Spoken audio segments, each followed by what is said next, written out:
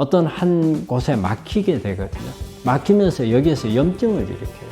그럼 이 염증이 오래되다 보면은 이게 암을 유발을 하거든요.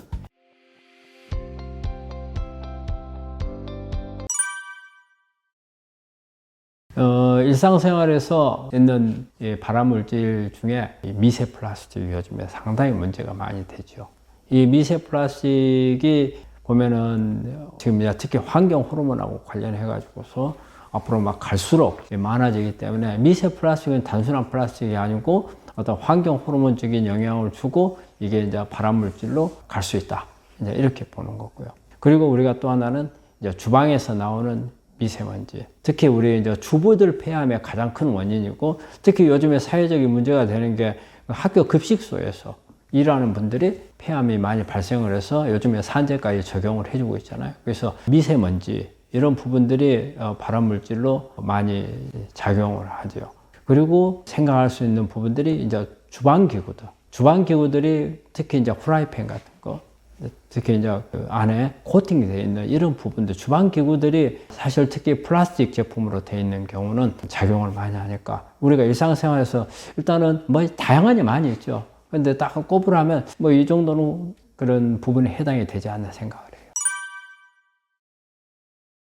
이게 요즘에 사회적으로 문제가 되는 게 미세 플라스틱, 이렇게 뭐 방송이나 이런 데 뭐 고래 뱃속에서 죽어 있는 사체에 보니까 막 미세가 꽉 차 있고 그래서 영향을 주는데, 미세 플라스틱이 주는 영향은 몇 가지로 나눌 수가 있어요. 하나는 미세 플라스틱 자체가 환경 호르몬을 많이 함유하고 있어요. 특히 프탈레이트 같은 게 많이 있게 되면 이런 환경 호르몬이, 특히 유사 여성 호르몬이잖아요. 이런 부분들은 발암물질이거든요. 특히 유방암 같은 경우, 그 다음에 생식기 쪽에 있는 암을 잘 일으키는 그런 영향을 주는 거고, 그리고 또 우리 이 미세 플라스틱이 같이 공유하고 있는 팝스라는 게 있어요. 그러니까는 이제 팝스가 잔류 그 오염물질, 이걸 말하는데, 이 팝스는 수십 년 동안 몸 안에서 사라지질 않아요.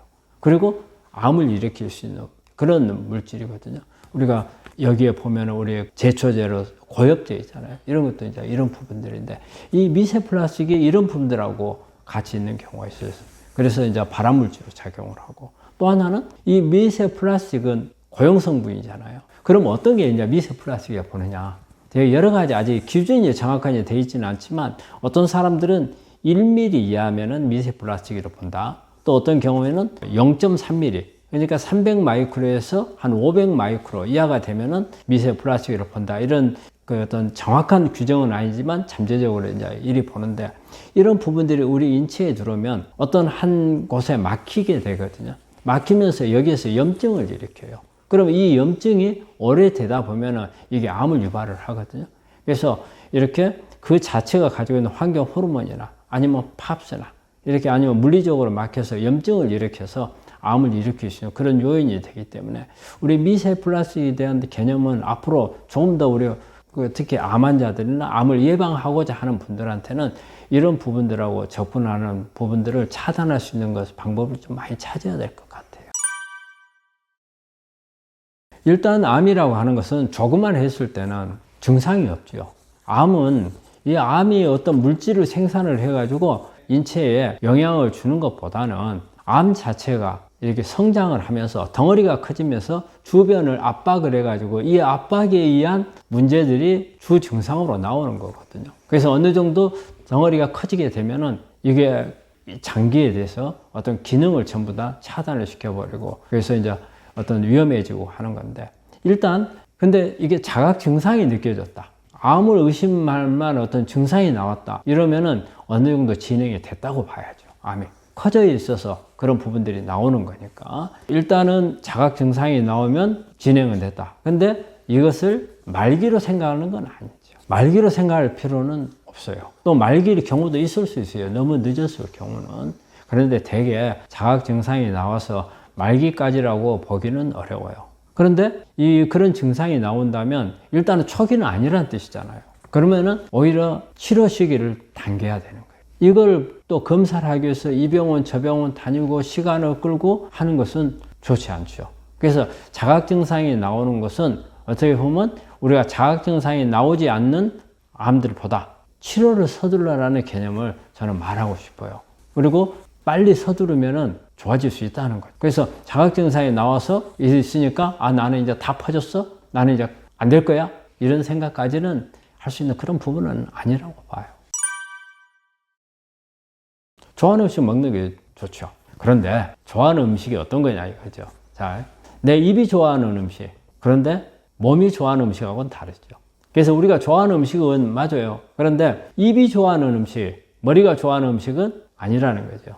내 몸이 좋아하는 음식, 그걸로 바꿔야 돼요. 그게 어떻게 보면은 건강한 음식이냐 아니냐 차이가 있죠. 사실 우리 입이 참 간사해요. 단 거 좋아하고, 그 다음에 짠 거 좋아하고. 그런데 우리 몸에서 좋아하는 것은 다르잖아요.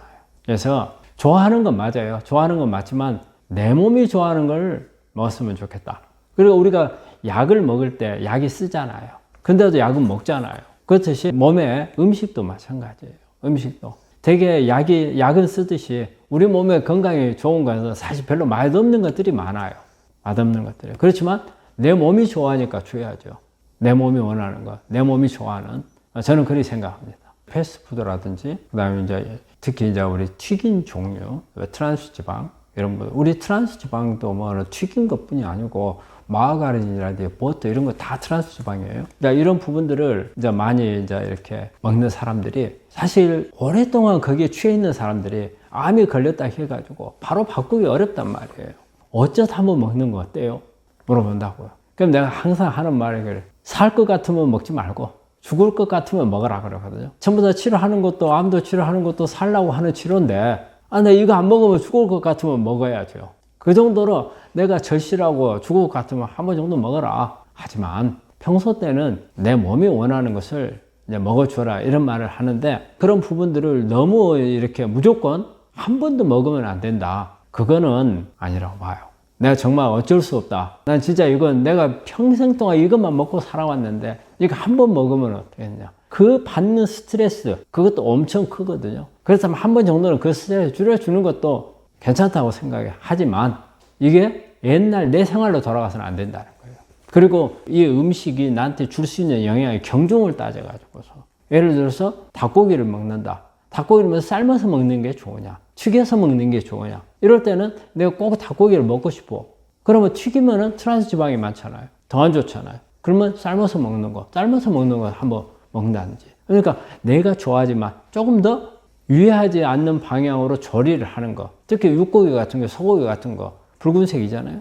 철분 많잖아요. 소고기를 그냥 구워서 먹으면 어때요?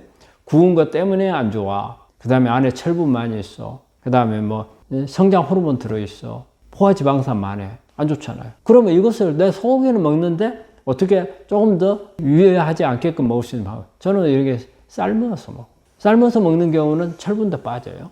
그리고 이제 희석해서 나오잖아요. 그리고 열을 가하더라도 태우지는 않았어요. 그래서 이제 그런 방법들을 조금 생각을 해가지고서 하면 죽을 것 같은 것을 면하잖아요. 그래서 그 스트레스를 면하잖아요.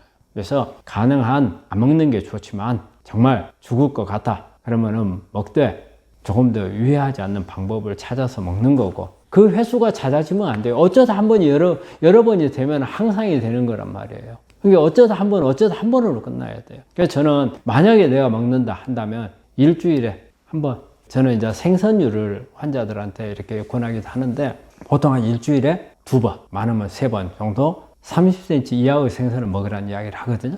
우리 보통 이제 고등어, 꽁치, 뭐 조기, 멸치, 뭐 이런 거 조그마한 생선들 있잖아요. 이런 생선들은 사실은 어떤 되게 작은 생선들이 양식이 없어요. 전부 다 자연산이에요. 그리고 수은 같은 게 축적이 적어요. 그래서 이제 그런 생선들을 조금씩 먹는 것은 나쁘지 않다고 봐요. 그것도 횟수가 너무 많은 것은 좋지 않은 것 같고. 그래서 너무 채식만 이렇게 가다 보면은 사실 뭐 여러 가지 동물성 단백질이 너무 부족해지는 경향은 조금 있거든요. 그래서 동물성 단백을 조금 보충해주는 개념까지 포함한다면 그런 방향이 좋을 것 같아요. 육류는 일주일에 한 번 이상은 가능 안 하시는 게 좋고 생선은 한 2-3번 정도. 그게 무난할 것 같아요. 항상 우리 이 환자분들한테 이런 정보를 이렇게 전달하고자 하면서 좀 더 정확한 정보를 주려고 많이 노력을 하는데 또 부족한 부분이 있고 또 궁금증을 다 해결하지 못한 부분들도 있을 것 같아요.